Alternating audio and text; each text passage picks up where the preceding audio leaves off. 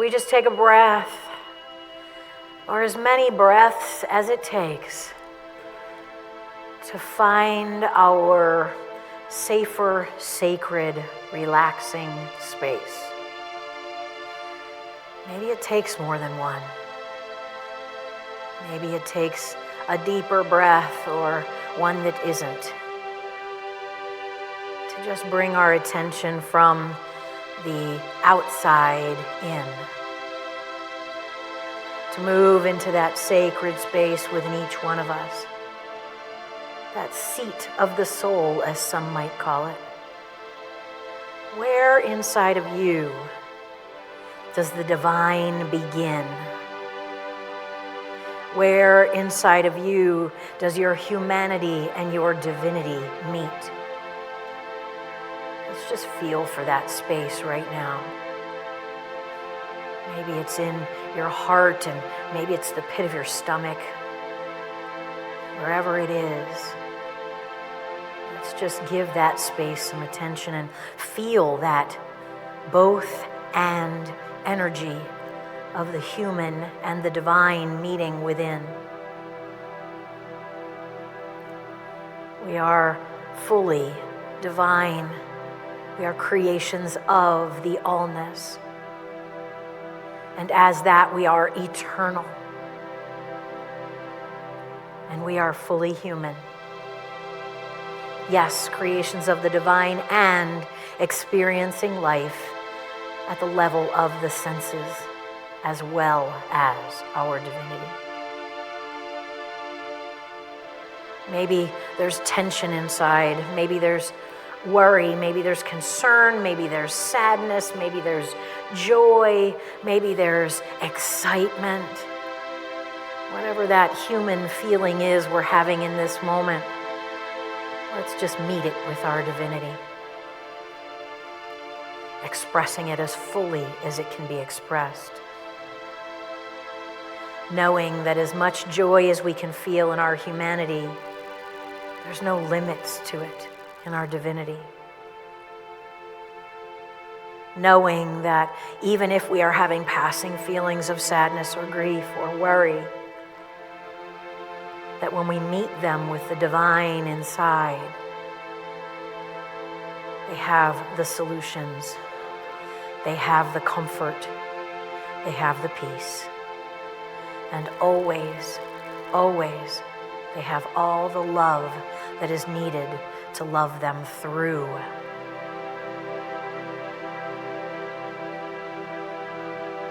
Just take a moment to feel that divine love within.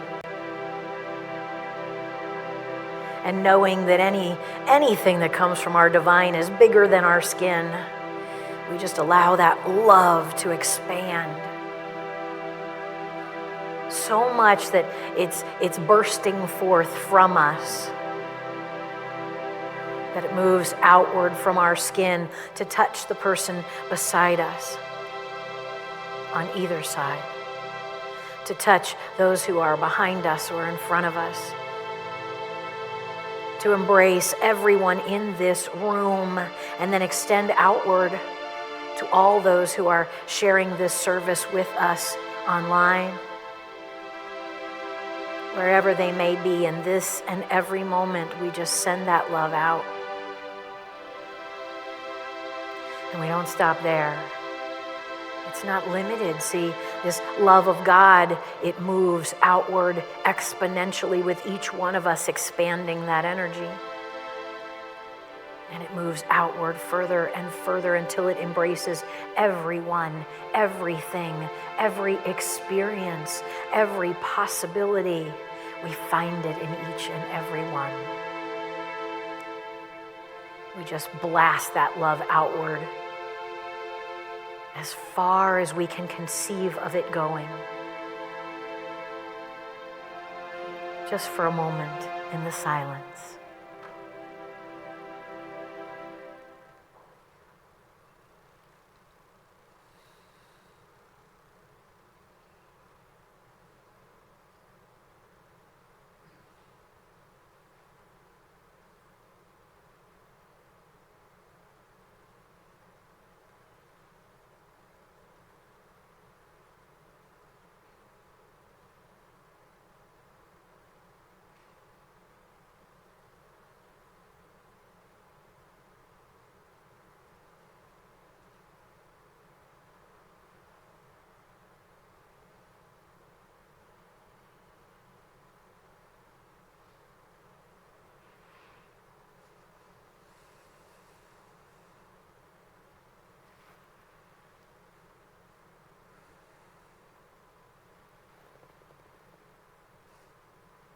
And then with another breath, we just let it land. Wherever that love reached, we know that it made a difference, that it makes a difference, because it stays wherever it reached. We see it in each and every person, in each and every creature, in each and every interaction and experience. We know that in all of it, we see the God that animates us, that is the source and force in this universe. And gratefully, we say, thank you, God. And so it is. And amen.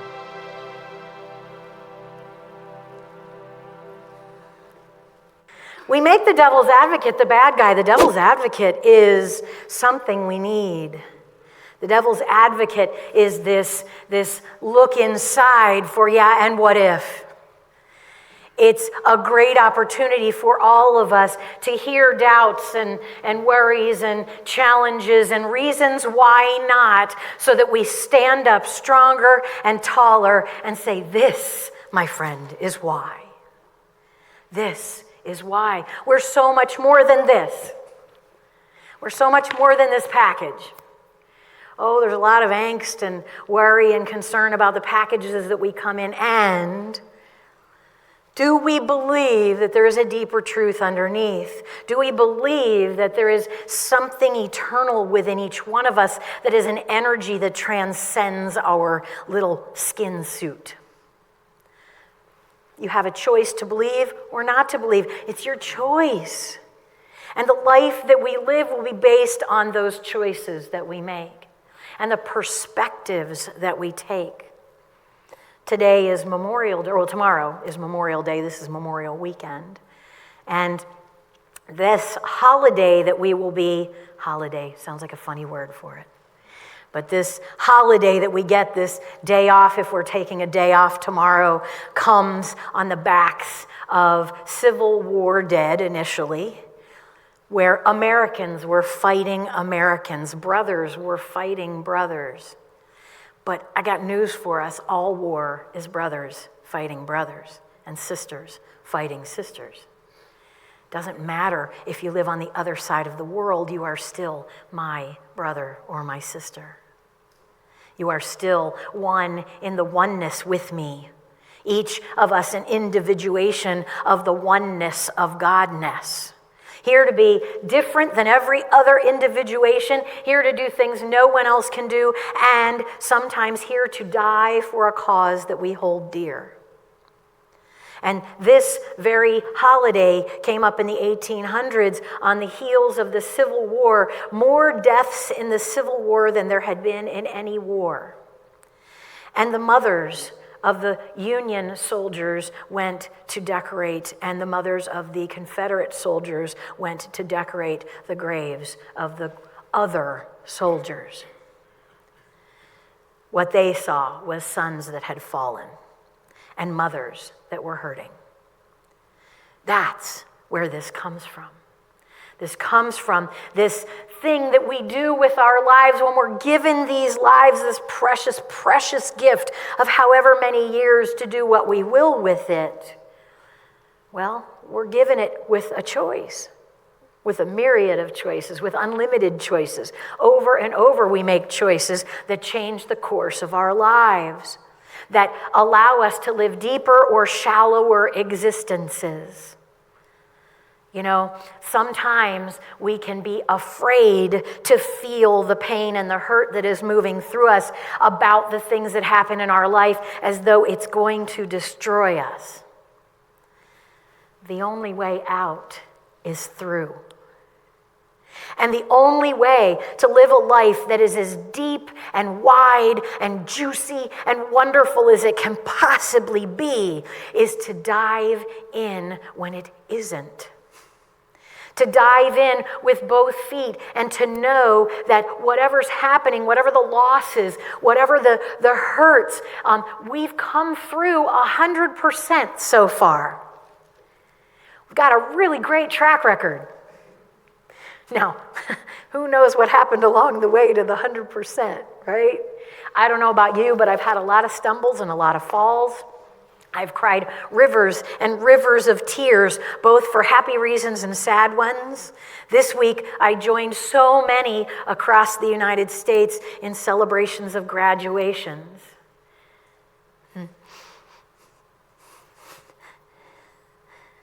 My granddaughter graduated high school, and I'm not entirely sure why this is what's coming, but my granddaughter graduated high school, and Tracy and Dave's son graduated high school, and so many others have, and I've been in so much joy looking at all the Facebook posts of people celebrating, and I watched my granddaughter walk down the aisle for her graduation, sitting next to my ex-husband that we call my husband. And he loves it, so don't you? He loves it. Next to my husband and his wife and their grandkids that they're raising, and my daughter and my son and his new wife, and I just had this overwhelming wave of watching my late husband with my infant granddaughter on his lap in front of the computer, singing Pink, Give Me Sugar, while she danced on the silks above her. My granddaughter was so enamored of that song that we all sang it. We all knew it. It went from the Wiggles to Pink. I'm not sure how we did that, but, and there she was, this gorgeous woman with all these sashes and stoles and ropes, and it happened in a moment. It happened in a moment. And those passages, those celebrations that we move through in our lives, those losses, what do we do with them all?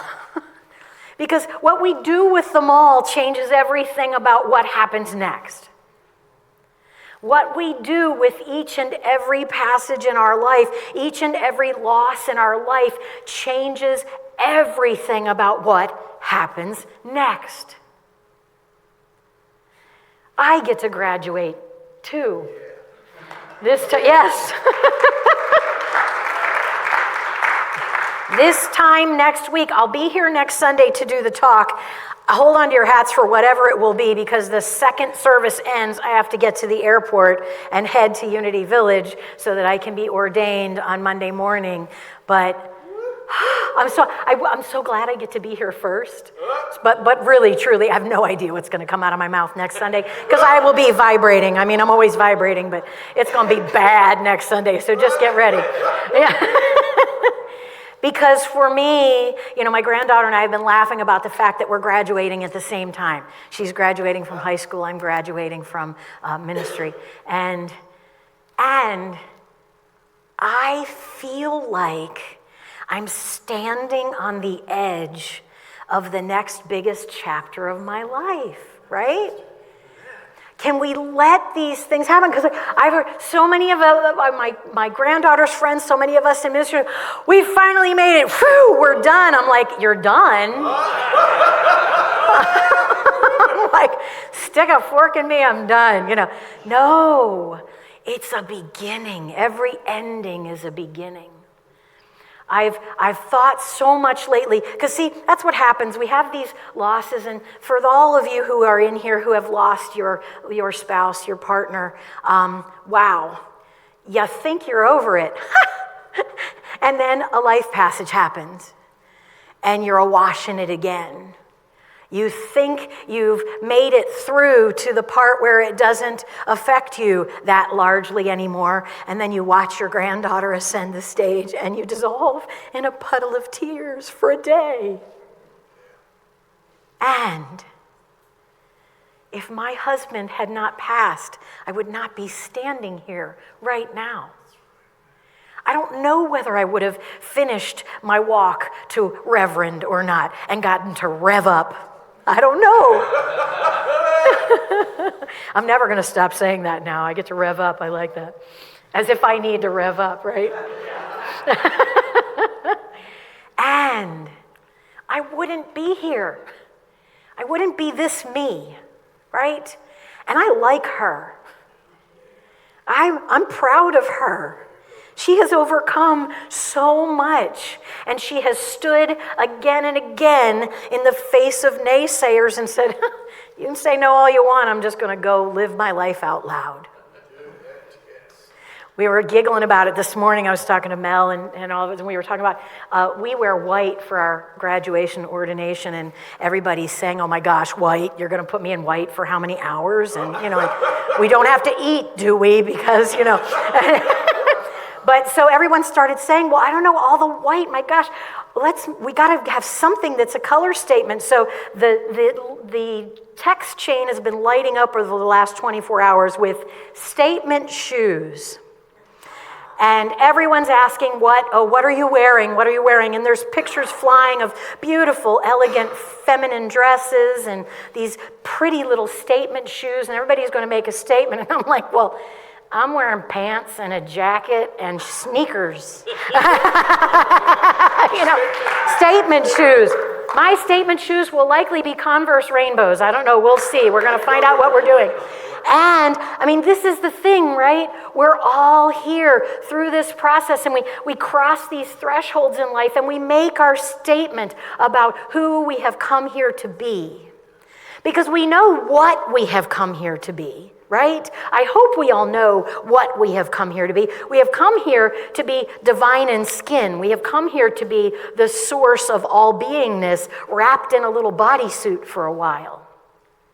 And the challenge laid before us in our humanity is to remember in every moment our divinity, to revel in it, and to know that whatever we choose to do with this little skin suit, that the divine is calling us higher in every moment, asking us for our highest and best expression, asking us to look at the naysayers and the fear and say, no, I think I can.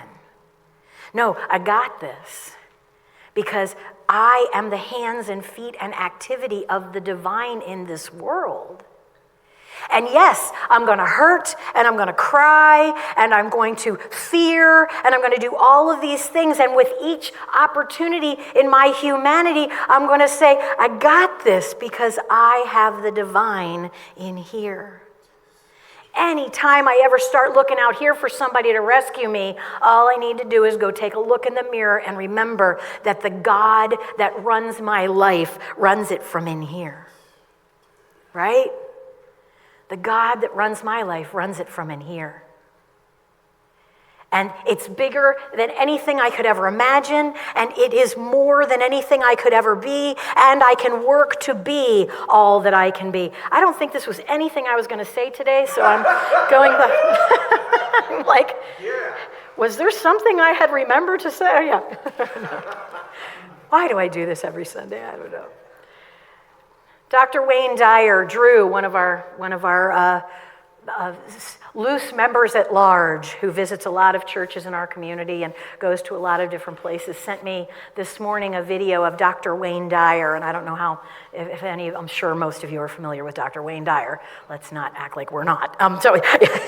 But he sent me a video that I was watching this morning, and Dr. Wayne Dyer said, be brave enough to hear it, to listen to your music and march to it. He said, don't die with your music still in you. Right? And I remember my late husband used to say to me all the time, he said, when I die, I'm going to slide into home plate like one of those balls that comes apart at the end when someone hits it. He said, I'm just going to slide into home plate, and I'm going to have used everything I had. I'm going to have used it all up and made it all a declaration for the world. And he did. He did. I'm so proud of him for that. And I still feel him every once in a while attempting to course correct his wife that never listened to him anyway. Right? I listen. I'm here, right? Tina and I say all the time, Andy and Tim got together out there somewhere in the ether and said, hey, this would be fun. Let's make this happen. Let's put these guys together and see what might transpire. See, the thing is, these losses, this is the thing, so grieving and memorializing, that's what Memorial Day is about, right?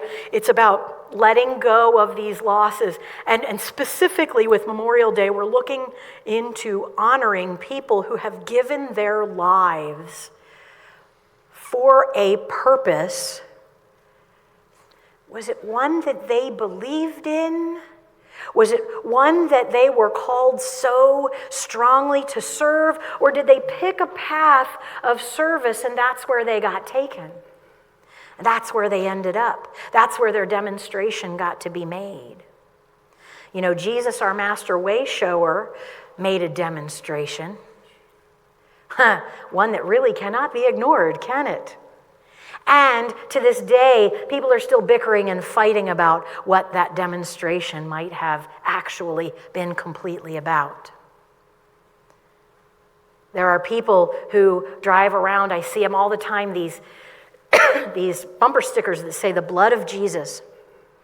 Oh, I'm about to step into territory that maybe, well, here I go. Yeah.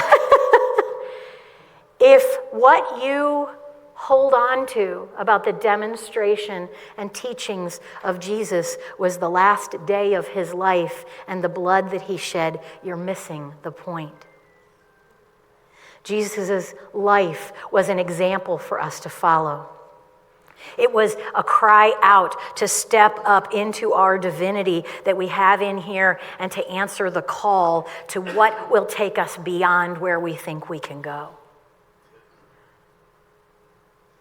That's what we're called to. And that doesn't mean you have to make some grand demonstration that makes you known to the entire world, or you have to be famous, it doesn't mean that. It means that we have a call within us that is asking for us to birth things in this life that nobody else would be able to because they're not in our skin. And that might be that your call is to make life pleasant for people in Publix. That might be part of your call. That you might be the person who is aware of seeing someone who walks in who's just a little down that day, and you saying, "Oh my gosh, I love your shirt," just completely makes a turn for their day. We make so much difference in the moments. The moments are those spaces where our demonstration is the loudest. One yes, one trembling heart, "Oh my gosh, I don't know if I can do this," yes, sends us in a direction that will support that yes. What we need to do is surround ourselves with a support system that goes, "Yeah, go ahead, try it. If you fall, I gotcha. I'm here with you. You can call me and cry, and I'll cry with you. And then you know what? Tomorrow we're going to get back up on our feet, and we're going to do the next thing on the list." That is one of the things that we're called to in honoring and in empowering our power inside of us. We are called to see with a higher perspective. We are called to look at the situations that are begging us to get mired in the mud and say, "You know what? I can see a little more here because I was blind, but now I see." Not because someone's landing something on me that I don't deserve, or I'm some lowly being that needs someone to save me, but because the God that animates my life begins within. That divine energy, that flow that calls, that stardust that I'm made of and that we're all made of is calling from within. So find times when we can get quiet and lean in and listen. We honor all of those that have gone before us when we live louder, when we love louder, and when we show up at a graduation where all the girls are in pretty, pretty dresses and delicate little shoes in our jeans and our shirt and our rainbow Converse, if that's what it takes. And so it is.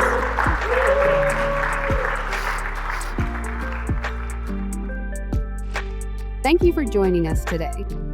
Please visit www.unityofsebring.org for more information, to submit a prayer request, or to donate to our ministry. We hope to see you again very soon.